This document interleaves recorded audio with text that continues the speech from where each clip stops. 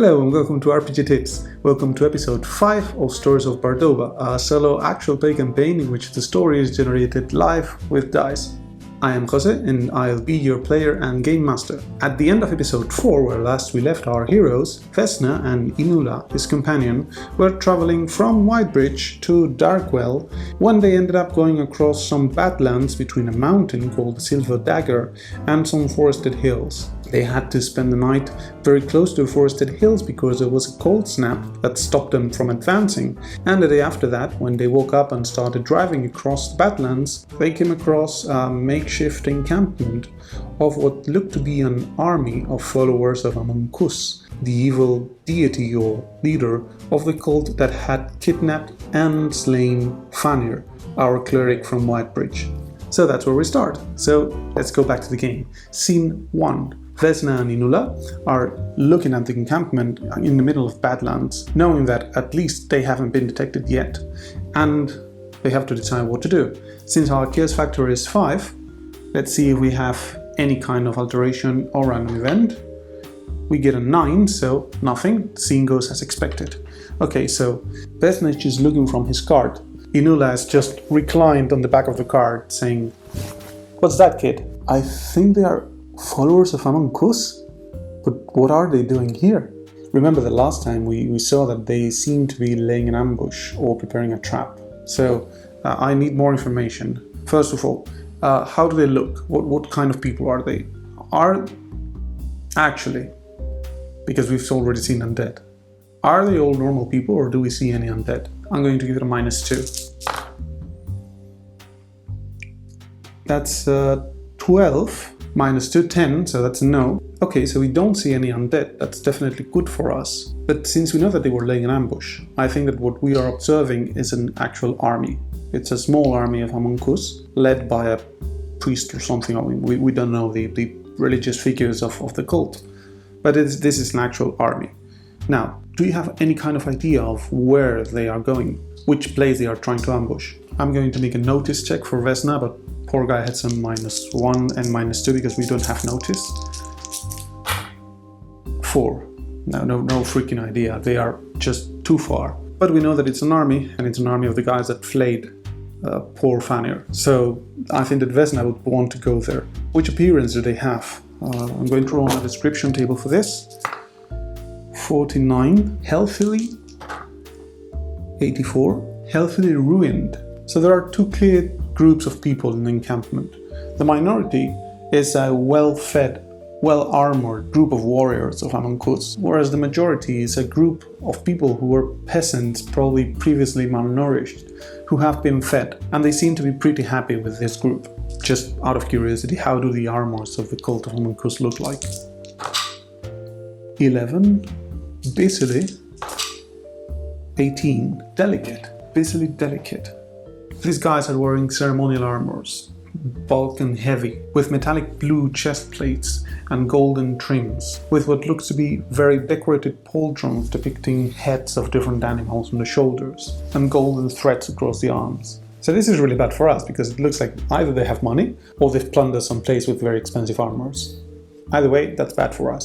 But Vesna has intelligence 6 and wisdom 6, so we're going to go there, of course. Miss Inula, this is really bad. What? Why? These guys are an army. Most of them look to be villagers or peasants, but there are warriors in very elegantly crafted armors. If they are going to attack Whitebridge, we need to know. If they are going to attack anywhere, we need to know. Yeah, that's fine, I guess, but what did you suggest? What should we do? Well,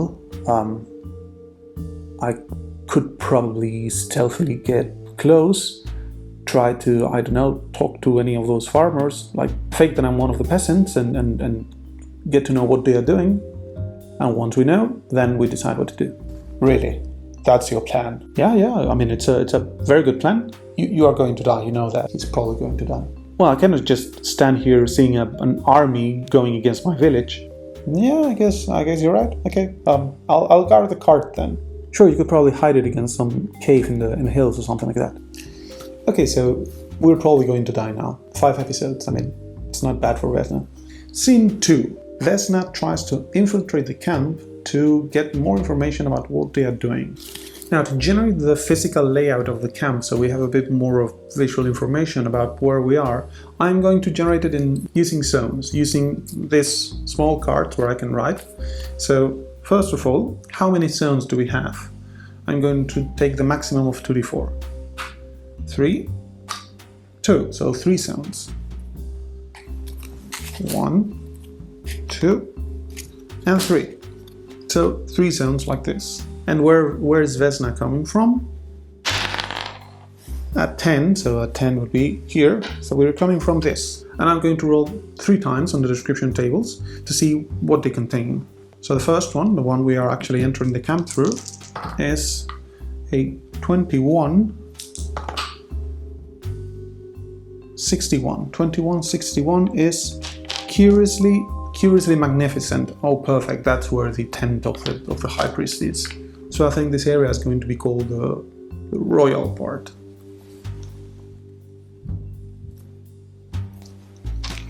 So this part is where the main tent is. Remember that it was looking a bit shabby because it wasn't mounted very well, but still, nevertheless, there's a very large tent with golden trim and several smaller tents. Actually, how many?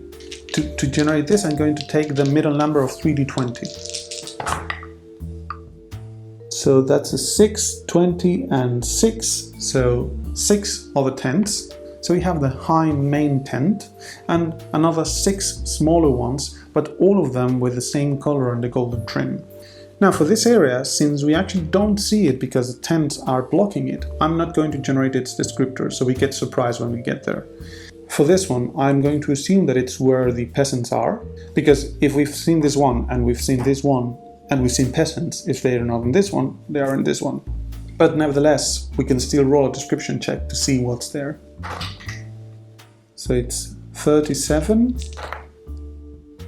65. So it's fortunately mighty. Fortunately mighty. Okay, so here they've actually built not a set of tents, but a very large, just single tent, which is just a fabric thrown across 2 rocks, 2 very large straight rocks. So it's covering that part, that sort of small valley. So they've basically created a sleeping area for the peasants. Okay, so we know that instead of being just flat badlands, the royal part of the tents is next to twin rocky formations that are covered, and that's where the peasants are exiting and entering, and probably sleeping and training and being fed. And this third part, again, we don't know what it is. Okay, so Vesna is coming close from the north, and we have to decide how to do it, because I really don't want the cult and the warriors Amon Kuz to capture us. So he does a mixture of running and crawling through the badlands to get relatively close to the encampment. And since it's early in the morning, I guess that he's just going to stop at a place with a rock or somewhere that he's able to hide and start watching what they are doing. What's the dynamic here? Okay, I was thinking that now is actually a moment in which I, as a GM, would offer my players a bargain. You have the chance of getting close enough to hear what they're saying, so we would have not only visual information but also auditory information, but you're going to have to pass a survive roll or they'll see you.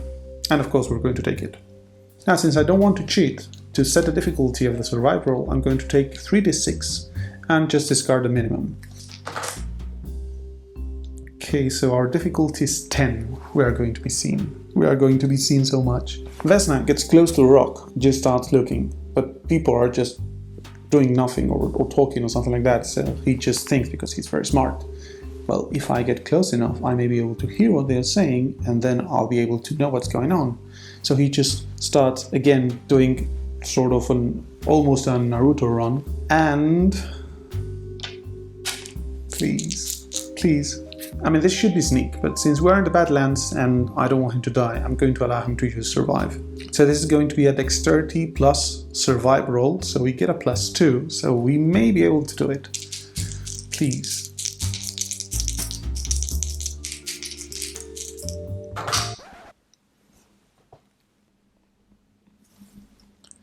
So that's a 6. So we don't do it, of course. I was thinking that I could roll a reaction roll to see if they were nice, but then I recalled that last time I had rolled that they were aggressive, so this is going to be bad. So Vesna is doing his improvised Naruto run, trying to hide behind some bushes and actually get close to the rocky formation, and thinking to himself, wow, I'm so sneaky, when he hears a voice. Hey, is it a warrior or is it a peasant? 1 or 2, warrior, because there are less. 3 to 6, peasant. Of course, I mean, Mythic wouldn't have it any other way. So it's a warrior. Hey you! Hello! Where are you going? Vesna stands up and looks, and he sees a 35 to 40-year-old man with a chiseled jaw and blonde hair flowing in the wind, carrying a metallic blue helmet with golden trimmed wings on the sides, and a huge bastard sword on the back. Where are you going? I was actually trying to hunt something. No offense to the food that you give us, but we thought that maybe with a rabbit or something like that it would be better. Now, of course, that's a lie. So that would be talk, for which we have 0, but we have a +2 in charisma because we have an 18. So let's set a difficulty of 8 and see if we can roll over that with +1. I'm going to burn my dice. That's a 5, so he doesn't believe us, probably. So what does he do? Now, reaction roll, 2d6, where a 2 is he tries to murder us, and a 12 he just laughs. 9, okay, not too bad. So he looks at us very seriously. If you try to run away again, you'll spend 2 days without food. Now get into the tent. Okay, we failed successfully our intention. Yeah, you got me. Sorry, I'll go back, yeah. Okay, so scene 3. I'm going to leave the chaos factor at 5. And the scene is that Vesna enters the peasant barracks. The rocky formations were covered with fabrics and whatever. My expectations is that it will be filled with just normal peasants, probably eating breakfast, training, carrying swords around, boxes, stuff like that. Now let's see what Mythic does. Chaos factor 5. 4. Scene is altered. Since it is altered, there's something else apart from what I expected. Since I don't have any other expectation or there's no other normal situation, I'm going to roll for a description check. How is it altered? 54. Intensely. 33. Feeble. If things are intensely feeble, people are not as healthy as I expected. When Vesna gets in, his eyes take a moment to get used to the darkness. And what he sees are scattered groups of people, most of them having several members of the group visibly ill. People lying down or with their backs pressed against the rocky formations because they are not able to stand up. People without any kind of muscle, with their eyes closed, just waiting to die. Okay, so this situation is interesting. So when we get inside, does anybody notice us or get close to us? 10, so that's a no. But since both are even, we get a random event, because this is a 1. 81, an ambiguous event. Action stable for that. 33, stop. 49, failure. So the situation is actually really bleak. So when we get inside, not only we see groups of people with some members who are actually very ill, but we also see in a group that's 3 groups from us, a mother hugging her son, who's similarly weak and very ill, and has probably just died, and she doesn't seem to accept it. At the same time, the father is holding their older daughter, who seems to be angry and trying to get outside of the tent to do something. So, I mean, it's sad, but we don't have any other lead, so I think that Vesna is going to try to get close to them. So Vesna starts walking around the groups. Most of them seem to be relatively well fed, but there's an astounding number of ill people around them. So when he gets near the family, he is first close to the man and daughter, who are now hugging, while the mother has just left her son on the ground and has now closed his eyes. Vesna kneels next to the mother without touching them. I am extremely sorry for your loss. If it would help you, I wouldn't mind carrying out the burial rites of Goriath. What does she think of that? I don't know. I'm going to roll a reaction roll with advantage, so That's an 8. So the woman, who is probably in her 40s but seems to have lived a very rough life, she's got missing teeth, scars on the face, and streaks of black hair are pushed against her face. She raises her head, looks at Vesna with glassy eyes. Yes, I would like that, thank you. Who are you? My name is Vesna. I've just arrived here. What was his name? I really didn't expect to get a burial scene, by the way. So, name of the kid. 82. She put her hand over the chest of the boy. Quinn. His name was Quinn. Vesna nods, and he notices that the father and the daughter have stopped hugging, and they are turned to them, just looking silent. Now, since I assume that the people that are leading this camp, the Amon Kuz guys, are not very keen on Vesna doing the rites of Goriast, I'm going to ask the GM if I can do them just quickly and subtly here. So can we do that? 9, so no. The rites of Goriast need to be performed in a more flashy way, so Vesna, who's dumb, has just promised a grieving mother that he would bury her son following the rites of Goriast in the middle of a camp of Amon Kuz. Yay. Vesna looks at them. Are the leaders of the camp opposed to religious rites? Do they know that? I would assume that that's a +4 because Amon Kuz. Yes, they do. And are they? That's another +4. Yes, they are. Yes, and you probably shouldn't say that out loud. Oh, of course. Sorry, you're right. If I may ask, why did Quinn die? I see a lot of people here are ill, but I have just arrived, sorry, so I don't know what's going on. Okay, so what do they say? I'm going to run the description table for this. 18, competitively. 88, small. Competitively small. So the mother starts talking, trying to contain the tears. It was that blasted insect. Those small beetles that burrow inside your skin. Now Vesna is understandably creeped out. The what, sorry? Count yourself lucky if you don't know what those are. Now the daughter, who's standing next to the father and the mother, says, yeah, around a month ago or something like that, these beetles starting appearing next to our village. At first people were just curious because they were beautiful, they were shiny green, but it turns out they crawl inside you through your nails and they just kill you. Like in 2 weeks your muscles start dying and, well, you end up like Quinn. And she just turns to the other side crying. Sorry if you don't mind, I'm from a very isolated village, so I don't really have a clue about the locations and places. Where are you from? Now let's go to the settlement names again. 88, season or environmental aspect. They are from 84, Icebreak. Now how far is it? 5, relatively close. In which direction? 3, to the east. We're from Icebreak, a fishing village to the east.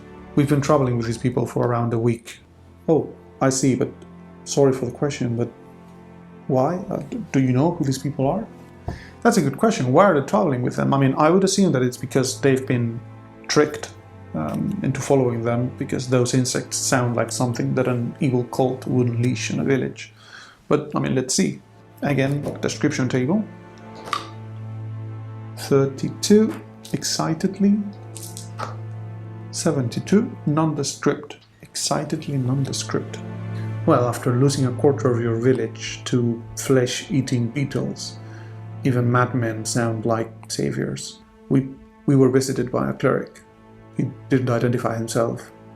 He was wearing a seal, but I'm not that much into religion, so I don't know which god he represents. But he said if we follow them, he would be able to save us from the plague. We didn't know, though, before we embarked, that Quinn had been infected. Now the mother says, What are you doing here if you're not part of a village that has been attacked? Now is a moment of truth. If this family is thankful to the cult, even if they are mistaken, it may not be very smart to tell them the truth. But at the same time, Vesna is not smart. So, well, I was on my way to Darkwell, a village to the south. The mother says, yes, I know it. I've been there several times.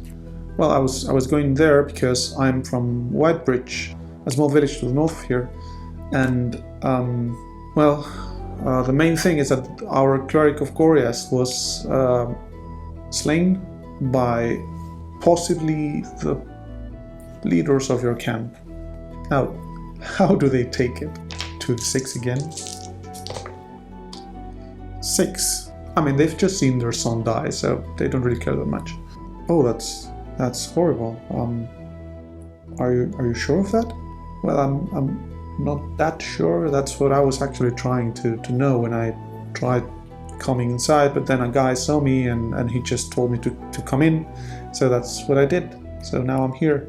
Are you allowed to go, or what are you doing here apart from tending to the ill? What's the plan? What have these people told you you're going to do? So action table for that. 38. Inform. 15. Innocent.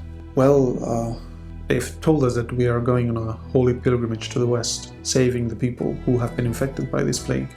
They've also told us that they think that these beetles can turn people crazy. So they are also teaching us to fight with a sword in case one of us turns crazy, so that we are able to defend ourselves. Okay, I see. Has anybody tried to flee or to go away? I don't think so, because they are in a really dire situation. So this would be a -4. No. Flee? Where? Where would we flee? Our home is infested by those bugs and we have nowhere else to go. These people give us food, we have shelter, and they are teaching us to defend ourselves, so where would we go? Yeah, that makes sense. You're right. Well, I don't know if I'll be able to perform the burial rites of Cuillin right now, because, well, these people, but I promise you that I'll bury him. Are the leaders allowing you to bury the corpses of people who die? I don't know here, so 50-50? Yes. Almost every day the priest-looking guy organizes a mass burial of people. If I had to take a bet, I would say that the zombie we killed, that was one of the guys who was buried. Well, even if it's at night when everybody's sleeping, and even if he's already buried, I'll try to perform the rites of Gorias, don't worry. The mother puts her hand over the shoulder of Vesna. We really thank you for that. It's my duty. Vesna stands up and just separates a bit from the family and starts just walking around. And I think that's where we end this scene. And oh my god, what a scene! And all of this just for an altar roll with a random event. But we know that we have a possible sickness. Well, this is not a sickness, this is an infestation of a bug that kills people. I mean, it really looks like the cult is doing this to recruit people. This is looking again like the White Crusade. The cult of Amon Kuz is recruiting peasants and people of lower classes to use as an army. But where are they going? They've told us they're going to the west. So it seems like they're not going to Whitebridge, they're not going to Darkwell. That is relatively good. I think that now our main objectives are 2 in this camp. First of all, see if they killed Fanny here, which I guess that they did, but actually understand what they're doing with it. And second, get to know where they are going. And hope that Inula didn't run away or was discovered. Also that. So we'll discover more about this camp of Amon Kuz in our next episode of Stories of Bardoba. As always, if you would like to discuss about these episodes, come by the Mythic GME Discord server. We've got channels dedicated only for these games. But you can also find me on Twitter, you can just leave a comment, send me an email, whatever you prefer. Anyway, we'll discover more about the nefarious plans of the cult of Amon Kuz in episode 6 of Stories of Bardoba. See you next week. Bye bye.